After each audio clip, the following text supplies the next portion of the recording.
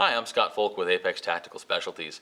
Today I'm here to go over troubleshooting on the removal of the rear sight on the M&P Shield. Tools required for this job are going to be a hammer, a non-marring punch of some variety, typically masking tape or other item to protect your slide and sight from damage, either a 16th inch hex wrench or a 5/64 hex wrench depending on the rear sight you have on your gun. To remove the rear sight, generally you have to remove the sight screw, so we'll do that first. And since some of these sights are very difficult to remove, we'll remove the screw all the way so it's completely out of the way. When I go to remove the rear sight on the Shield slide, you'll notice there's a thin lip of metal here on the edge of the sight itself. We want to avoid hitting that low because we could hit the slide easily. We need to hit up into the gap right here where the end of my hex wrench is hitting. We're going to remove the sight from the left to the right according to the shooter's perspective.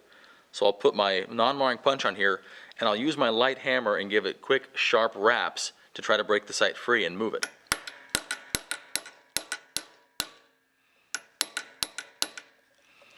When I get close to the end, I'll keep a finger on it so it doesn't come shooting off the slide. Once I have it relatively loose, I'll remove my punch, put my thumb over the top, and I'll slide the sight all the way out. At this point, the ultimate striker block, spring, and cap want to come off. Something of note with the factory sight, there's a little tab here on the front and on the back of the dovetail piece. That is what causes the sight to be so tight. So if you have a sight that's very difficult to remove, you should consider using a diamond lap or some other very hard file and removing some of that surface. Don't take it all the way down, just take little bits off at a time until the sight fits better. You want the sight to still fit tightly in the slide when it's tapped into position.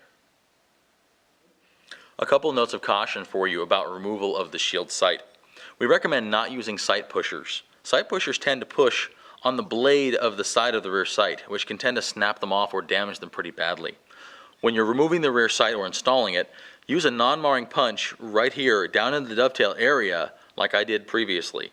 The punch should be made from aluminum, brass, or nylon to prevent damage to the sight. In extreme cases, we've seen sight pushers crack the slide rails on the slide itself when trying to remove a sight, so be very cautious that you don't damage your gun. If you're installing the Shield Action Enhancement trigger and having trouble, click on the link below for instructions on adjusting the timing of your trigger.